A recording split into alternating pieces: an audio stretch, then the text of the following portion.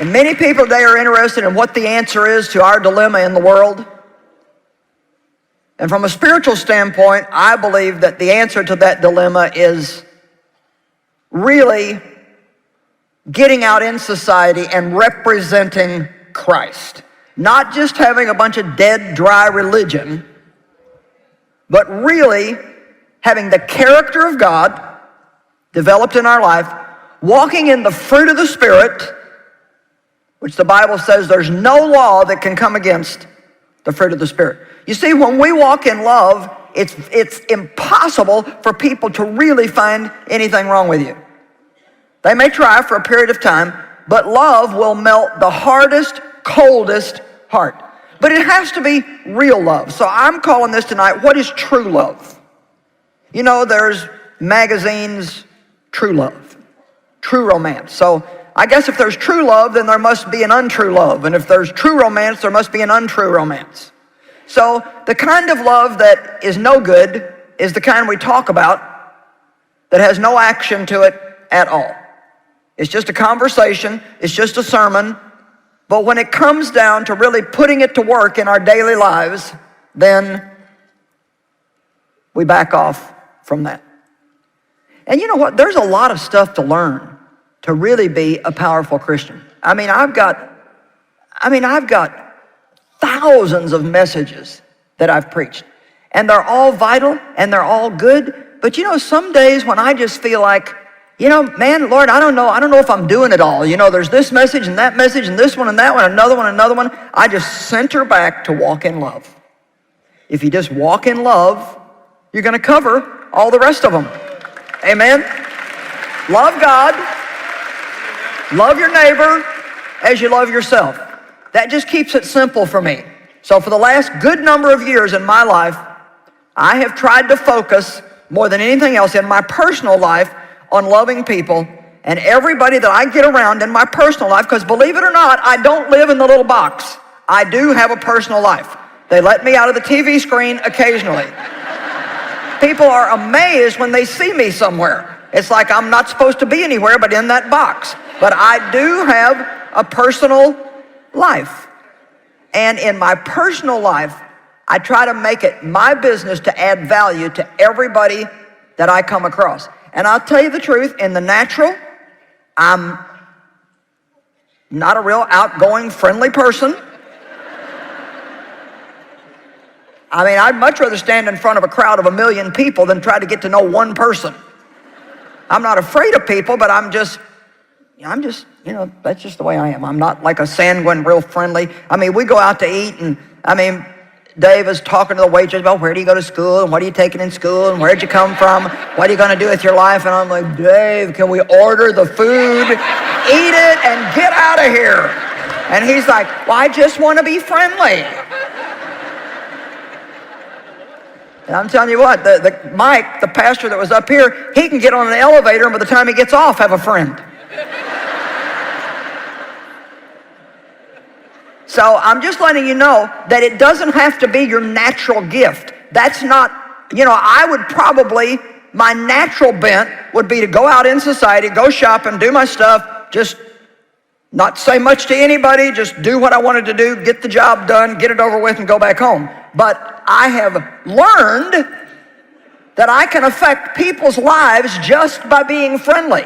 So I've learned to do that. And I'm trying to let you know that even though something may not be a real natural gift for you, if it's something that God leads us to do, we can learn to do it.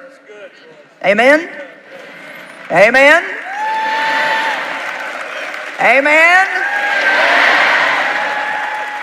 Now all you people that were born friendly, you're just like all over this. And some of you deeper people are like, well, I don't know if I really want to get involved or not. I'm not asking you to get involved. Say hello. How are you? How's your day? That color looks good on you. Your hair looks nice. Just simple little things. It's amazing how just a simple little adding value to someone's life can make a big difference. Amen.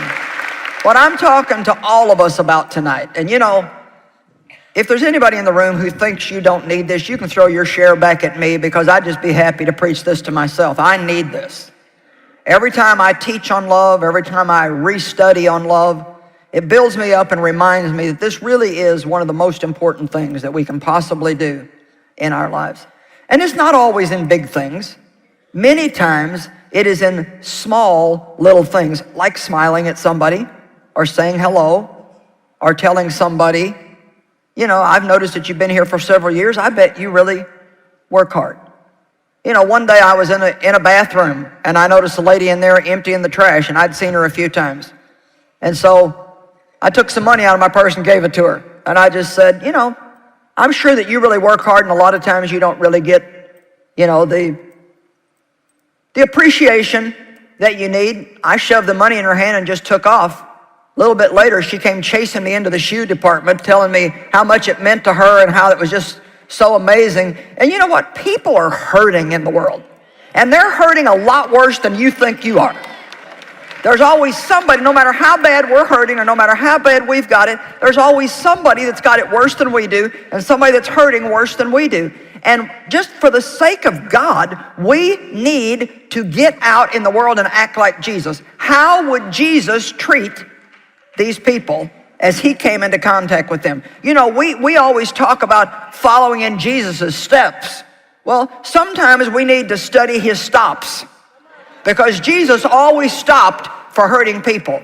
It wasn't just, yes, he was going somewhere and he had a goal, but when somebody really needed help, he was always there to help him. And you know, a lot of that is lacking in our society today, and nobody's going to bring it back if the Christians don't. So we need to stop just yelling about our Christianity and get out there and live it so people can see that we've got something that's worth having.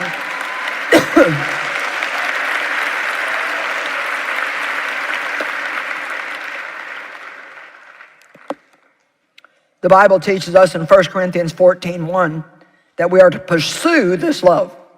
Pursue it, go after it with all of your might. That's been one of the things that has helped me in studying the love walk, probably more than anything else, is to realize it's something that I have to do on purpose. It's not something I can wait to feel like doing. It's not something I wait to like. I'm a type A, choleric. Means I want to be in charge. I want to keep things going. I want to know what's going on. I want to have a plan. And when I'm in a serious mode, when I'm trying to get something done, I want to stay focused. I want to do it. And a friend of mine told me one time, she said, I finally figured out that you're a person who lives on purpose. You have a plan and you do it on purpose. Mm-hmm. Well, let's just say that I'm with a sanguine personality, which is the fun-loving, everything's a party, we're going to giggle and laugh about everything. And we have to thank God for those people, because if everybody was like me, it could be a sour world. But we get a lot done. But we do get a lot done. I get a lot done, and I get more done than those people do. That's why we need everybody. That's why we need everybody, because every personality brings something to the world that all the rest of us need. And one of the habits that a sanguine person has is, of course, they talk a lot, and they like to get real close to you when they talk, and sometimes they like to even hold on to you when they talk to you. And I can't stand that. I feel like they're trying to make me do something. Right. And I don't like to be made to do things. Now, that doesn't mean there's something wrong with them. It doesn't mean there's something wrong with me. Right. It just means that we have to find a way to adapt to one another. And, you know, we are required by God to love everybody, but some people we have to love from a distance. And that's okay. And it's okay. Yeah. It's like you don't have to love everybody, but you don't have to enjoy every single person's personality and temperament. Mm-hmm. And so obviously we're going to try. We need to make allowances for people. We need to remember that we have problems. There's things about me that I'm sure irritate other people. You know, I'm very straightforward. That's very hard for some people. And so there are things that can help. Yeah. And one of the things is the way you feel about yourself is going to really help or hurt how you get along with other people. Mm-hmm. Because if you don't give yourself much mercy, then you're not going to be as willing to give other people mercy. Right. If I expect a lot of myself, Right, then you expect a lot naturally I expect a lot of other people. of other people. And I like things done, you know, get it done. And so people that are slower and time over, you know, I'm just like, can we just get this done? And my husband is always teasing me, and then this is the truth. I'm always like, in my mind, I'm one step ahead of where I'm at. And I'm not saying this is a good trait, because it's not. But when we will be coming down our street, we're not even at our driveway yet, I will always have my hand on the door, on the handle. And he said to me last night, Joyce, we're not there yet. Do not open the door. And my daughters had to tell me, Mom, would you not open the door till I park the car? And Don't get out while the car's still don't moving. get out while the car is not moving, and or while the car is moving. So we all have things. What's one of yours? What's one of your bad habits? Well, I'll give you an example of someone that I could not get along with. And this was someone that I hadn't met before, and just instantly just felt not right with this person. And that's unusual for me. I am one of those people who usually likes everybody until they give me a good reason not to. And just right away, I could not handle this person. They were just getting on my last nerve, and I was having a very hard time. So one thing I suggest is to start asking the questions why. Mm-hmm. Why am I reacting so strongly to this person? And I started realizing, kind of like you said, they were trying to control me. They were trying to tell me what to do in a kind of a backwards way all the time. And it reminded me of someone else in my life that I don't get along well with. Right. And so instantly I was kind of transferring another person that I already didn't get along well with, seeing them in this person, and the wall just went up, like, you know. I know exactly what you mean. Yeah, so I need to ask myself, why am I feeling this way? Why am I having such a hard time? And how can I help change it? How can I help avoid it? And sometimes, like you said, it is, don't spend so much time with that person. Right. Sometimes you can't help it. So those are the things that I have to realize. They may try all they want to motivate me to do what they want, but it doesn't mean I have to do it. Right. But I also don't have to be snippy about it. Right. Because I like to say, don't tell me what to do. And that's not the best way to handle it. I went yesterday to have a blood draw for my next doctor's visit. And I have very tiny veins, and they roll.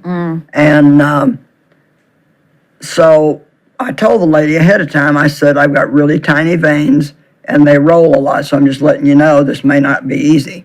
And so the first place she went was here, where you would normally go, but they've used that vein so much that I've got scar tissue, and so I said, you can't get blood there, because, and she said, just let me do my job.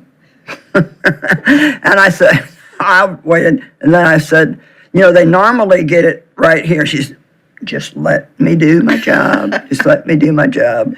And I thought, I am not going to fight with this lady. So I said, But you don't want to be a pincushion. No, but so I said, so what's your name? So I just changed the whole thing and got it about her and interest in her. Yeah. And, you know, how long have you been here? And do you like it? And I mean, there was just an instant change in her. That's good. She did get me first stick, and so I guess she didn't know what she was doing. Yeah. But I find sometimes if I'm not hitting it off with people, that you can turn it around and make it more something that would be complimentary about them.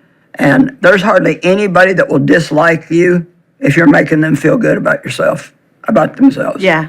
Yeah, that's really good, is find a place of connection. Right. There are many people that it doesn't seem like we really have anything in common, we're not getting along. And when you begin a conversation, you start to find you do have some common ground, and that Right. changes things a lot. You mentioned a while ago about not liking somebody because they were like somebody else you knew. Well, I learned, and it really helped me, that I had a hard time with anybody who had a personality like my dad's. Mm-hmm. And he was kind of gruff and controlling and Yeah. just got mad real easy. And I had somebody that I had to deal with on a pretty regular basis that was like that. Yeah. And it was so hard for me. But one of the things that God will do is He will keep putting those kind of people around you until you learn how to treat them the way you would like to be treated. Yeah. And I think, I used to think, if people weren't like me, I'd think, what is wrong with you? What is your problem? And when I read some of the books about different temperament types, it helped me so much to realize that God has made us all different. Right. It's not like, don't be that way. That's the way they're put together. That's the way they're wired. And we can all improve on our faults, but I'm always going to be aggressive. I'm always going to want to get things done. I'm motivated by accomplishment, so I'm not going to like people that are just messing around and wasting my time for nothing, especially if I'm in a work mode. Thank God I do have other modes. But the other thing, too, I've found out is if I'm around somebody that I do have a difficult time with, and the conversation is kind of going in a direction that's probably going to irritate me, I've learned to just shut up. Mm-hmm. It's amazing how much trouble you can save yourself if you just be quiet. That's really true. I'm not always good at that either. That's a great suggestion, is I don't have to say everything I'm thinking. No. And it doesn't solve anything. I had one person in particular that person did not like me. And it was very obvious. And I'm thinking, what's wrong with them? How can they not like me? But anyway, I'm one of those people that like to address things. I like to try to work things out between us. And so my first impulse is usually, let's talk about this and find out, Mine too. I'll apologize if I've done anything wrong. What can we do to work this out? And I've learned to really pray about that first, because I can do that too soon sometimes. I can do that when it's not really what's right for this situation. And with this particular person, I prayed and prayed, and I just felt like God not giving me that release to have this conversation with them. Right. And I kept praying, and before I knew it, and I don't know why it was there, and I don't know why it changed, but it just started to shift. That's right. And before long, we were great friends. And it's somebody that I really love and have a wonderful relationship with. So sometimes, like you said, shut your mouth. It's not always do those things that are natural to you, to pray about them first. Yeah. And also, though, the flip side, don't be afraid Right. to have important conversations, to work through things also. But I do believe that we, first of all, even if we are going to have that conversation, we should never do it without praying. Oh, absolutely. And praying for the right timing. Right. There's a time to try to have a conversation like that, and a time not to. Yeah. And so I fully agree with you about the prayer. I think it's very, very important. And it's so easy for us to misunderstand people, because sometimes we take things that people are doing or saying in a way that they don't mean it at all. Right. Because just our temperaments are different. So my wonderful husband and I have been married 55 years, and that's quite a record. It is. And we have a lot of fun together. We love each other, but we are so different. And my darling, sweet Dave loves to tell me what to do all the time. And it's things he wants to protect me. Yeah. So it's things about, oh, you shouldn't get out of the bathtub that way, you may fall and slip. And I'm like, you know how old I am, I think I can get out of the bathtub by myself. And I used to get really offended because I took it like he thought I was stupid. And that wasn't. Yeah. It's not at all what he meant. That's not at all what he meant. And one day he said to me, why do you act like I'm your enemy? And see, that's how I was making him feel. Yeah. And he was doing it just out of, maybe I don't need all the help he tries to give me, but the point is he is trying to help me. So that's one of those cases where I've learned maybe I just need to let him think I'm taking the help and not say anything. Listen and get out of the bathtub the way that you want. And and he does protect me in situations. I'm not a very careful person, and I don't know what part of my personality does that, but I guess I think I can just do anything, and in some ways that's good, and in some ways it's not. And he operates more out of wisdom, where he'll do things the more careful way. Right. But I just think that's a good example that here he was trying to help me. Yeah. And I thought he was trying to boss me around. His way of showing you love. Right. Yeah. So we have to always remember that we need to look deeper than what a person's doing or saying to why they're doing it. And if we do that, a lot of times we'll find out that what they're doing is a very loving, kind thing, and we're just seeing it wrong. Right. But one final thing that I have thought a lot about, and it's really helped me, is to realize that not everything is about me anyway. Right. Because so often I think there's something that they're doing that has to do with me. Right. And they've got an entire life that revolves around all these other things that I have nothing to do with it. And Right. so not being offended, and Right. realizing they may be having a bad day for some entirely other reason, and it doesn't necessarily reflect on our relationship. Yeah. So a lot of that has helped me a lot. And if we just go back to the simple golden rule, do unto others as you would have them do unto you, that always comes back in a good harvest in our lives. If we will treat people the way we want to be treated.